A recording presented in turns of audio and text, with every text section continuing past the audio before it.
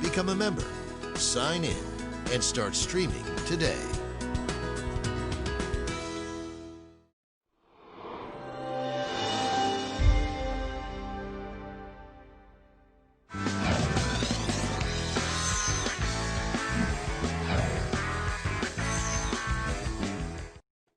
Hi, everybody. Welcome to the June 26, 2020 edition of Colorado Inside Out. I'm your host, Dominic Dezzutti. Thank you so much for joining us. Let's get right to it. The Colorado Civil War Monument statue in front of the state capitol and a statue in the Civic Center commemorating Christopher Columbus were torn down by small groups overnight in two different nights this week. Patty Calhoun from Westward, there's been a lot written about the Civil War Monument, what is detailed on it, because it is not promoting the Confederacy. It is a Union soldier, but it commemorates a lot of different things. When you look at this issue and the fact that people are pretty angry about it, want it replaced and fixed, it's bringing up a lot of other conversations. What stands out to you? Well, how most people didn't get very comprehensive history lessons, whether they went to school in Colorado or elsewhere. Ironies abound over the Civil War Monument. It was established in 1909 by the Colorado Pioneers. It's indeed a Union soldier, not a specific soldier, looking out. Underneath is a list of the battles of the Civil War that Coloradans died in. And what's interesting is listed there is Sand Creek, which was not a battle. It was a massacre of 200 Native Americans, descendants of the Cheyenne, Arapaho, and they were in a peaceful camp that was flying the white flag under Army protection when Colonel John Chivington and his bloodless 3rd Volunteer Cavalry went and massacred them in 1864. And at the time, Congress, which had other things to worry about during the Civil War, did 3 different investigations and determined that it was indeed a massacre.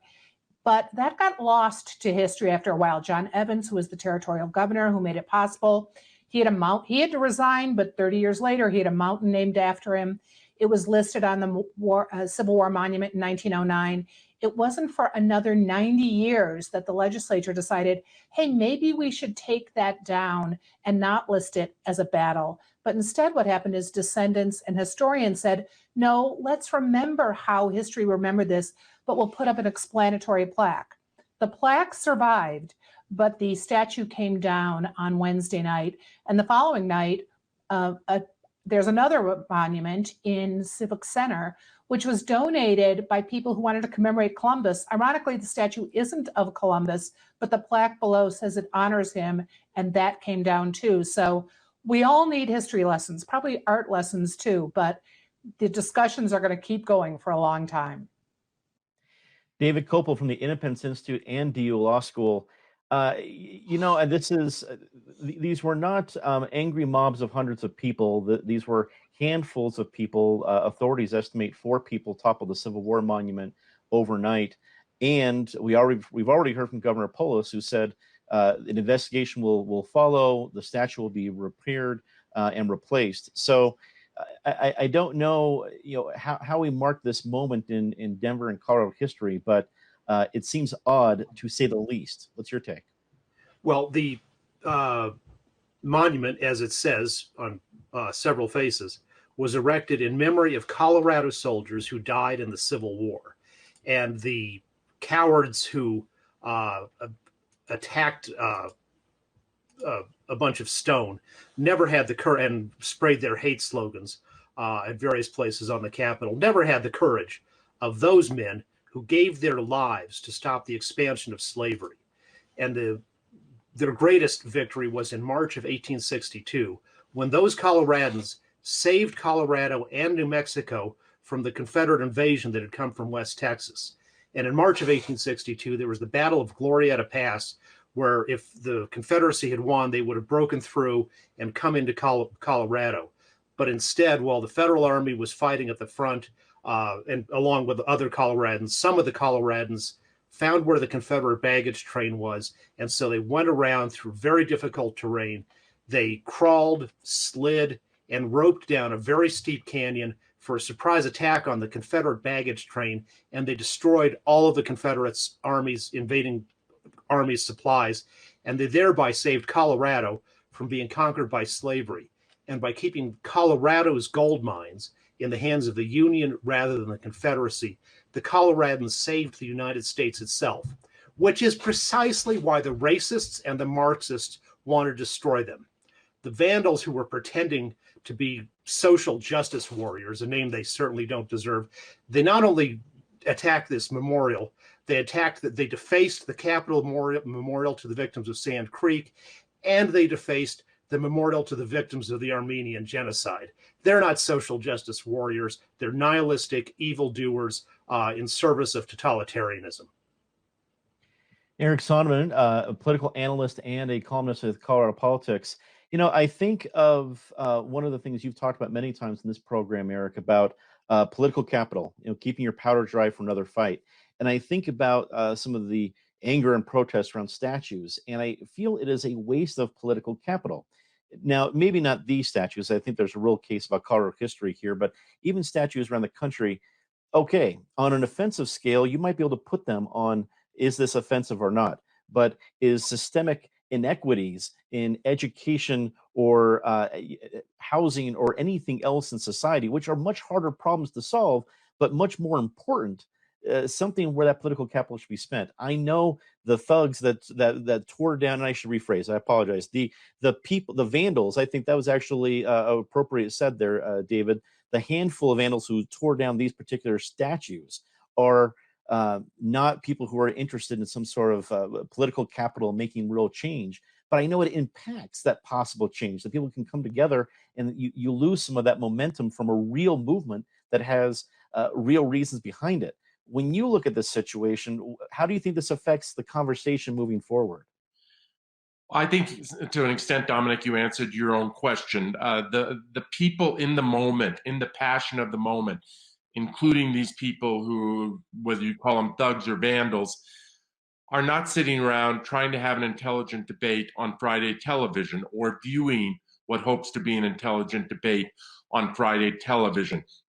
We're talking about different people. I think we can start by stipulating that Colorado, not unlike almost every other state, has some very sordid history in its past. The Sand Creek Massacre is very high up there on the list of such sordid episodes. The only one I can think of that might somewhat rival it would be the Ludlow Massacre, which was a union movement. But we can stipulate that there is sordid history, awful history, that we're dealing with and that we're renouncing and that we have to at some point incorporate into the Colorado story. I'm not at all wedded to these two statutes, either the one in Civic Center Park, the one outside the Capitol, being there forever. But there's a process by which you have this conversation. You do not give in to vandalism, to thuggery, to mob rule and mob violence. Mob rule is ugly, whether it's coming from the social justice righteous left or whether it's coming from the right. Mob rule is something you want to avoid at all costs, and that is something we are flirting with. Natasha Gardner, articles editor, 5280. When you look at this, is there room for conversation? Does this get us into a productive next step as we're trying to really make some formative, effective change in our society? Absolutely. I think conversation should be the goal in all of these actions that are happening right now. I mean, I think it's important to point out this is a very small moment, that this was a sort of a small group of people doing this, that this is not a widespread mob mentality in Denver, but it does represent a lot of pain in various communities within Denver and throughout our country. And they're trying to be heard and they're trying to have conversations. I do believe that that is part of the goal here. And so whether you agree with the actions or not, I think everyone right now is obligated to take a look at the history books, to take a look at our storied past, to see what stories we both missed, what stories we have amplified that don't deserve that amplification, and what we need to teach future generations about what happens. I mean, the interesting thing about history, I mean, I love history. I was raised to appreciate it, but I was also raised to question it and to accept that a fact is a fact, but that our interpretation of that fact may change over time. And we're seeing that right now in real time as people reevaluate the way that we feel about historic movements, about events that have occurred, and how they might change the way that we live as both a city and a state and as a country going forward. So all those conversations are important, and to have it limited to one action, I think simplifies a very complex issue. The movement against police brutality kept up its intensity this week. Protesters took over Denver City Council meeting this Monday and last Monday night, demanding that the police be defunded. Governor Polis announced yesterday that he is tasking Attorney General Phil Weiser with investigating the death of Elijah McClain. McClain died in Aurora police custody last year, but his case only recently garnered national attention. David, we go to you first on this one. When you look at these the protests were happening within the Denver City Council chambers, what do you think the Denver City Council is actually going to do with it? Because a protest versus policy are two very different things. Well, I think defund the police is probably going to be part of Denver's future one way or another, and as in lots of other places. Not absolutely zero funding, but fewer police on any given shift, less ability to respond to multiple emergencies at once, more 911 calls where nobody comes in time, and as a result, a much higher violent crime rate, as we've already seen in New York City and in Baltimore. And we know that typically the people who get victimized the most by that are the people in poor neighborhoods and people of color. So we'll have a lot more deaths of Black people and others as a result of this. You know, Colorado actually tried defund the police in its early history, in the early years of the gold rush, in the sense that there was no government capable of providing effective law enforcement. So people were on their own, as is increasingly the case today. You know, back then everybody carried a gun, not necessarily because they wanted to, but they had to. So then in January 1960, there was this notorious group of thieves who were called the Bummers. And their final straw was when they stole the turkeys from a Mexican immigrant's wagon. And then when the Bummers were threatened with punishment, they paraded and threatened to burn down the town, which is a pretty credible threat considering that all the buildings were just fairly rickety wood. But finally, the decent people formed a militia called the Jefferson Rangers. They had an armed standoff with the Bummers, and the Bummers agreed to leave town rather than face hanging. You know, it would be much better if people could count on the government to protect them. But when the government can't or won't, people do what they need to protect themselves. There are two major issues here, and in any other light news week, any of these would have been a major topic by itself. We're combining the two here as part of a larger movement. You look at Governor Polis's move with Elijah McClain, that's a pretty big deal. I personally can't remember the last time a governor stepped in to say the state's AG is going to take over a case like this. But I do not consider myself a perfect historian. Maybe you remember, how big of a deal is this? Well, I think it's a very big deal. I think topic one, Dominic, sort of talked about the destructive power in terms of the vandalism of these statues, the destructive power of some people who've taken these protests too far. I think this topic we're talking about is more about the constructive power of this protest movement, whether we are talking about the legislation that passed the state legislature a week or two back and has now been signed into law, or whether we're talking about another look, perhaps in some cases a first really serious, intense look at the Elijah McClain case in Aurora. By all accounts, by every indication, something went badly awry there, and somebody needs to be held responsible. I'm glad this is now getting not just local attention, but national attention. This is top of national news in terms of police abuse and potential police misconduct. This gentleman, Elijah McClain, young gentleman, went out to a convenience store, I think to get an iced tea or something like that for his brother. Something went badly wrong when he never returned home, but instead ended up dead with a dose of carotene that is well in excess of any reasonable dose, and so on you go. So good for Governor Polis. Phil Weiser, the Attorney General, is now very much on the hot seat in terms of how he handles this, but I'm confident he will handle it correctly. Natasha, again, two big issues. You have the Denver City Council facing 2 straight weeks of protests within its own chambers. and Governor Polis making, I'm not sure if it's historic, but at the very least, a large point about putting the state's AG on a case. What are your thoughts? Well, I think this week's episode is quickly turning into a history lesson on many, many topics. And I think that's what's important. When the protest happens, when George Floyd was killed and people in America started reacting to that was the impetus of the protests and some of the discussions we're having now. But this question of police brutality, the question of racism in America extends far into the past.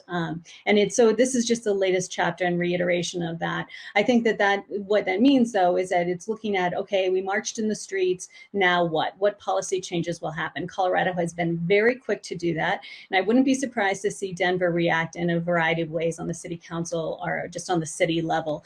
But in addition to that, I think we also have evidence that the conversation is far from over because of situations like what happened to Elijah. I mean, just think back at August 24th, 2019. It feels like a different world because it was in many ways, but what were any of us doing on that evening?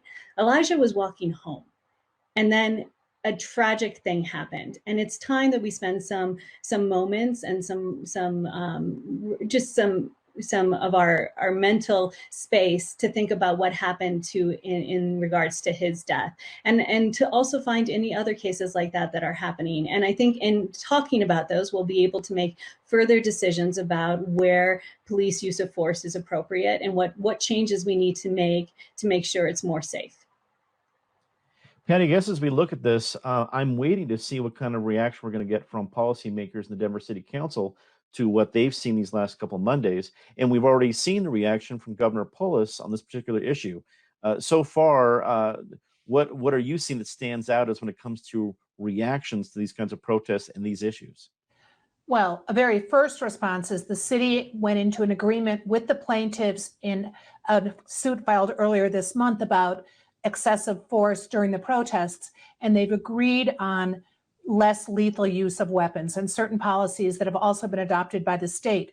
The other thing we have to remember is that new law makes body-worn cameras very important for officers, and we can see just how important that was in the case of Elijah McClain. He's walking home, and someone calls 911 because he's wearing a mask and he's dancing. Now, really, that doesn't sound like such a dangerous thing. The cops come, you hear all about they held him down, what happened, but we didn't get to see it because their body cameras became dislodged, according to the Aurora police. The reason it didn't take off the way the George Floyd case did was because you didn't have video that people could share. Now people are looking again at this case in Aurora and realizing things went very, very wrong. So good for Governor Polis jumping on it. And finally, almost a year after he was killed, people might get justice for Elijah McClain.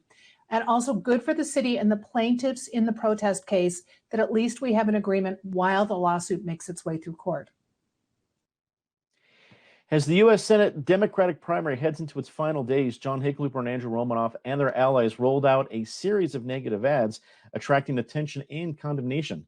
As ads hit the airwaves, Hickenlooper shored up several major Democratic endorsements, including Jared Polis and Bill Ritter and U.S. Senator Elizabeth Warren.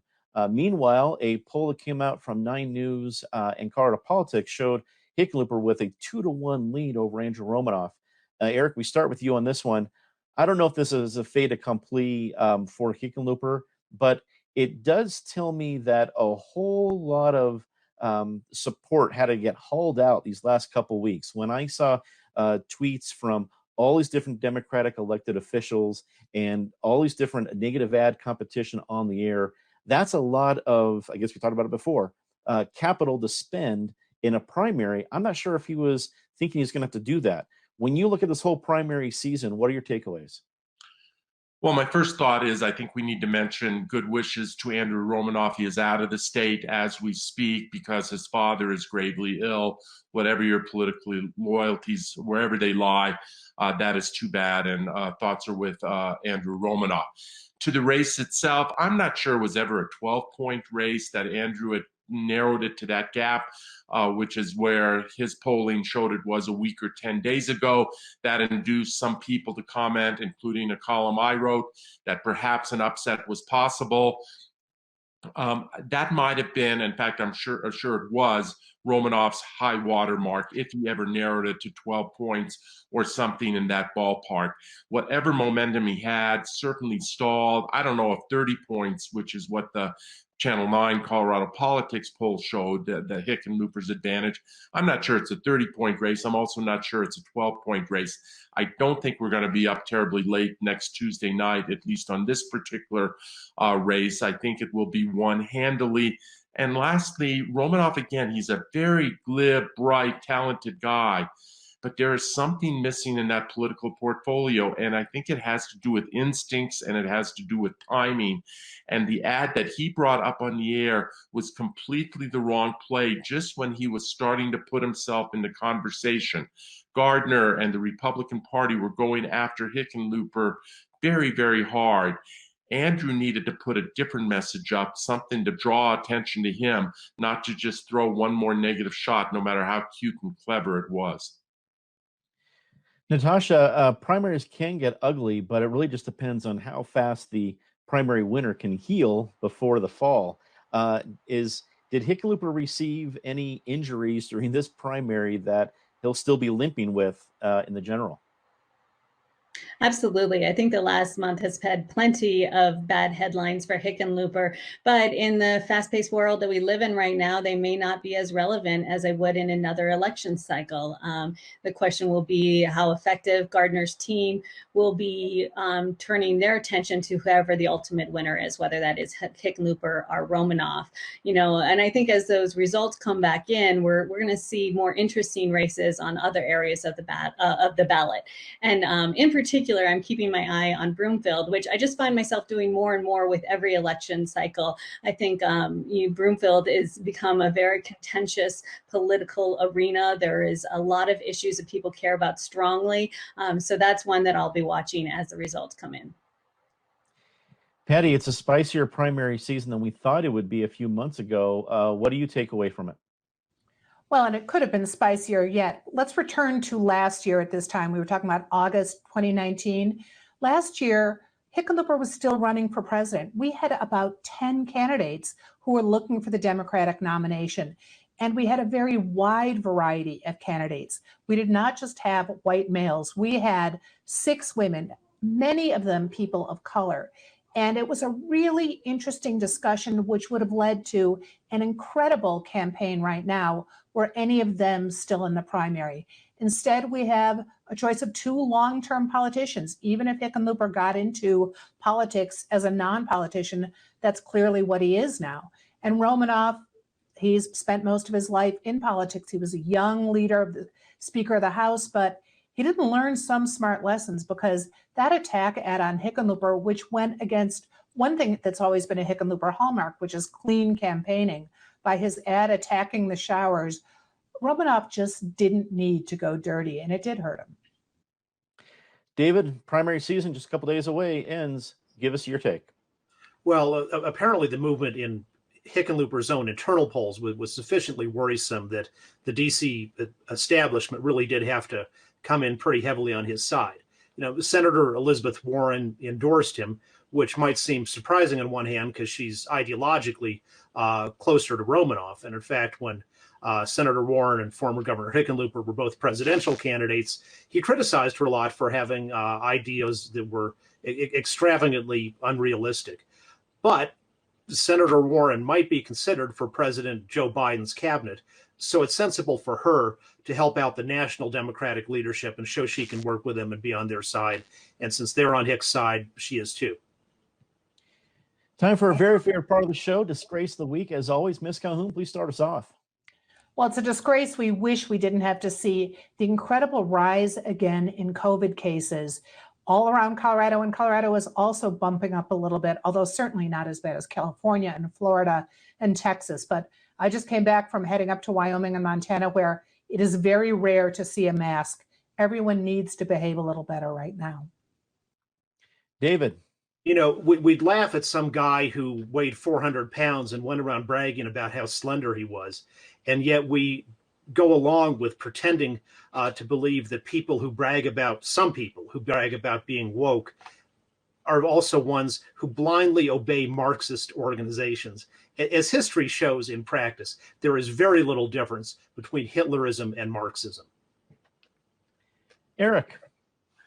I was going to go to the same place Patty went, so since she said it well, let me go elsewhere.